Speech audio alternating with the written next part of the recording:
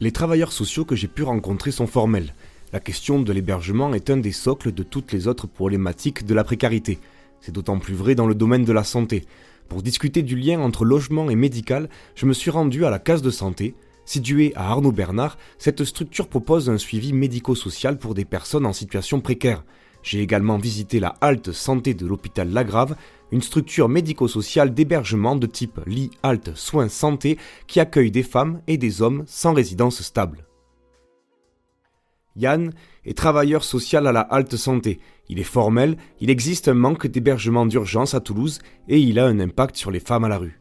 Quand tu as une demande d'asile, en théorie, tu peux prétendre à un CADA. Quand tu es une femme à la rue sans domicile, en théorie, tu peux avoir un hébergement d'urgence. Mais dans la réalité, en fait, c'est pas comme ça que ça se passe. Sur 100 appels décrochés, 115, pour demander une place en centre d'hébergement d'urgence, il y a 2 ou 3% de réponses favorables. Donc ça veut dire qu'il y a énormément de personnes à la rue et énormément, malheureusement, de femmes qui sont dans la précarité. Et cette précarité-là, que ce soit homme ou femme, et là puisqu'on parle des femmes, et bien évidemment il y a un impact sur la santé psychique et santé somatique. Effectivement, les femmes qui arrivent à l'aile de santé sont épuisées, sont stressées, donc il y a un impact entre la vie à la rue et la précarisation. En mars 2024, la case de santé organisait un événement nommé Santé et Habitat. À cette occasion, j'ai pu interviewer Faiza Benmerzouka, intervenante sociale au service Pôle Santé Droit. On est en lien avec nos partenaires comme le 115, comme le SIAO, tous les partenaires qui sont sur Toulouse, et on est tous face à des difficultés qui sont les mêmes, le constat du manque d'hébergement. Et on n'a pas de solution avant. Des familles avec des enfants, des nouveau-nés ou des femmes enceintes ou des personnes avec des problèmes de santé graves ne partaient pas sans avoir une solution d'hébergement après avoir fait un lien avec 115. Mais là, malheureusement, on est face à des situations catastrophiques. On dit que malheureusement, il n'y a pas de place et on sait que les personnes vont se retrouver à la rue. Donc comment on va soigner des personnes, comment on va améliorer la santé des personnes s'ils vont de toute façon être dans la rue, ça sert à rien de faire des ordonnances, de faire des prescriptions, de changer de traitement. On ne met pas à l'abri des personnes. On peut même pas travailler au niveau social, on peut rien faire, on peut pas mettre en place un plan d'accompagnement, rien du tout. C'est l'urgence, c'est l'hébergement, donc les gens vont être que sur ça. Ce manque de stabilité ralentit également l'action des travailleurs médico-sociaux. À la halte santé, différentes équipes s'organisent. Il existe par exemple les EMSS, équipes mobiles sociales et de santé, des maraudes constituées d'un travailleur social et d'un médecin qui se déplacent en ville pour entrer en contact avec les personnes à la rue. Quand quelqu'un arrive de l'étranger, ils n'ont pas forcément tous les codes de la langue, bien sûr, de la langue, et puis où est-ce que les dispositifs existent pour eux, où est-ce que la santé peut être soignée. Et le fait qu'il faut aussi penser à avoir un toit, un hébergement d'urgence, il faut aussi penser à se laver, il faut penser à se restaurer. Donc les personnes et les femmes sont en mode survie. Et ça met des freins sur le parcours de santé de la personne. Donc c'est un long travail de fourmi de différents professionnels pour essayer de coordonner le parcours de santé. Mais c'est un travail de fourmi. Donc ça, c'est quand les personnes sont relativement autonomes. Il y a aussi des personnes qui ne sont plus autonomes parce que la précarisation a pris le pas sur la vie. Et donc il y a l'équipe mobile sociale et de santé, le MSS, qui fait de l'aller vers ce public-là pour pouvoir ramener le droit commun vers eux. C'est le sens inverse. Et la lutte santé travaille en étroite collaboration avec cette équipe de maraudes professionnelles, à la fois des travailleurs sociaux, éducateurs spécialisés du CCS, Mairie de Toulouse, et à la fois des infirmières qui travaillent aussi ici à la lutte santé, donc CHU. Et le fait d'avoir un pied dehors et un pied dedans, professionnel, permet la coordination des parcours de santé. Obtenir un logement n'est pas une fin en soi. Il faut aussi qu'il soit adapté aux besoins médicaux de la personne. On accompagne beaucoup de personnes qui ont des problèmes de santé, voire des graves problèmes de santé. Donc il y a des personnes qui sont en situation de handicap, il y a des personnes qui sont sous chimio, il y a des personnes qui sont dialysées, il y a des enfants handicapés. Ils ont besoin d'une stabilité. Donc cette stabilité, elle est compliquée déjà en l'absence de titre de séjour. Et quand il y a un titre de séjour, des fois le logement où il n'est pas adapté, parce que faut un appartement PMR, où il faut un logement adapté à la personne, où il faut changer de logement parce que la personne a un certain âge et le logement n'est plus adapté à sa situation. La halte santé propose des séjours allant de quelques jours à plusieurs mois. Aujourd'hui, les travailleurs sociaux se retrouvent à devoir trier les patients qu'ils acceptent pour optimiser l'efficacité de leurs soins. On doit faire du tri sélectif. C'est comme ça qu'on le vit sur chaque réunion d'admission. Tu as énormément de dossiers qui nous arrivent et on doit sélectionner les profils des personnes avec qui on va pouvoir accompagner la personne sur un parcours inférieur à 2 mois. Donc ça demande une connaissance un peu précise de la part des médecins qui travaillent ici, pour savoir si on va pouvoir le faire ou pas. Mais malheureusement, quand je disais tout à l'heure tri sélectif, c'est qu'il y a des fois où on voit que la situation est ultra complexe, mais qu'on ne pourra jamais tenir notre engagement de 2 mois, et même 6 mois, on ne pourra pas le faire.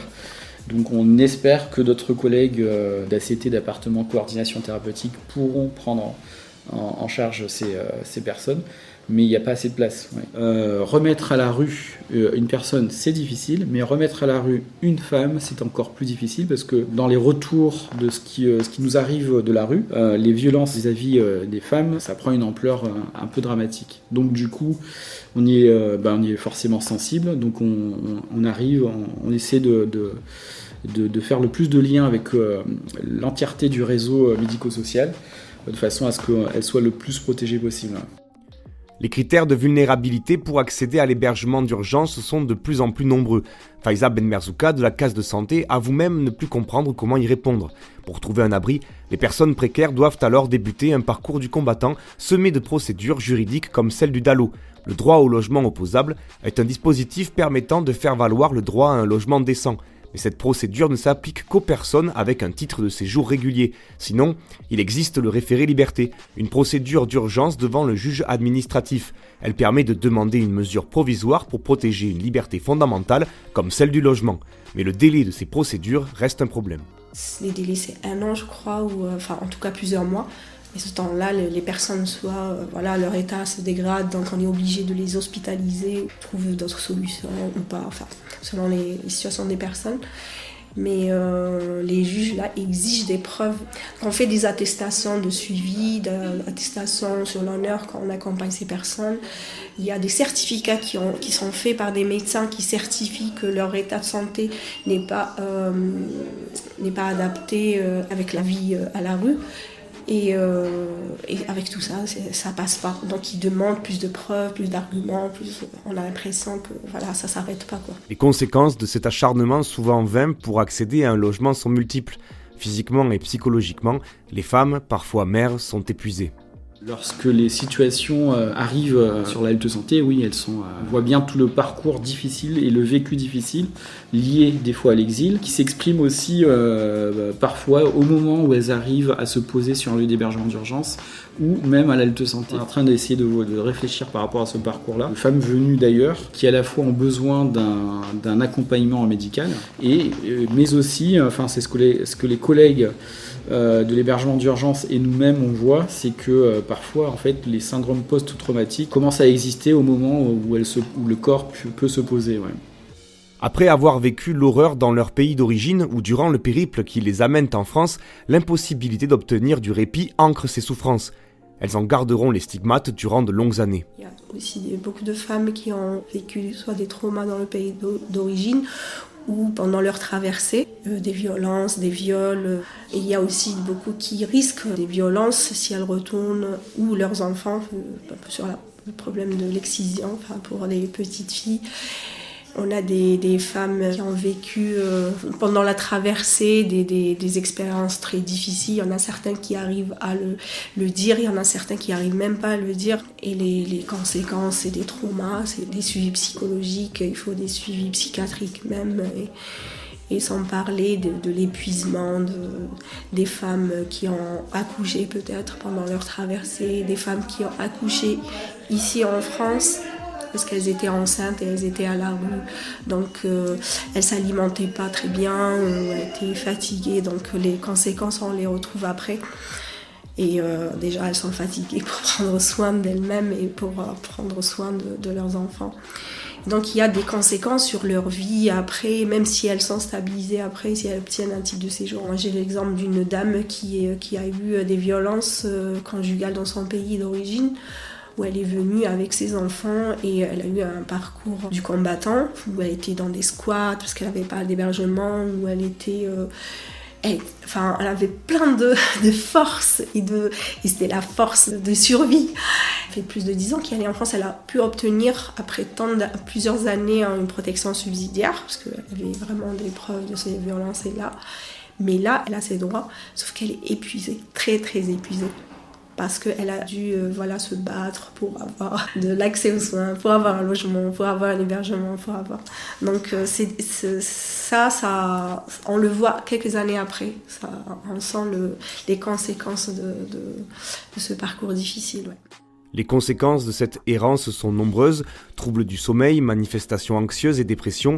Vivre à la rue, c'est aussi ne pas pouvoir prendre d'antidouleurs puissants ou de traitements psy par risque qu'ils diminuent le seuil de vigilance ou de se faire agresser puis voler le traitement. Il est donc impossible de l'adapter aux pathologies.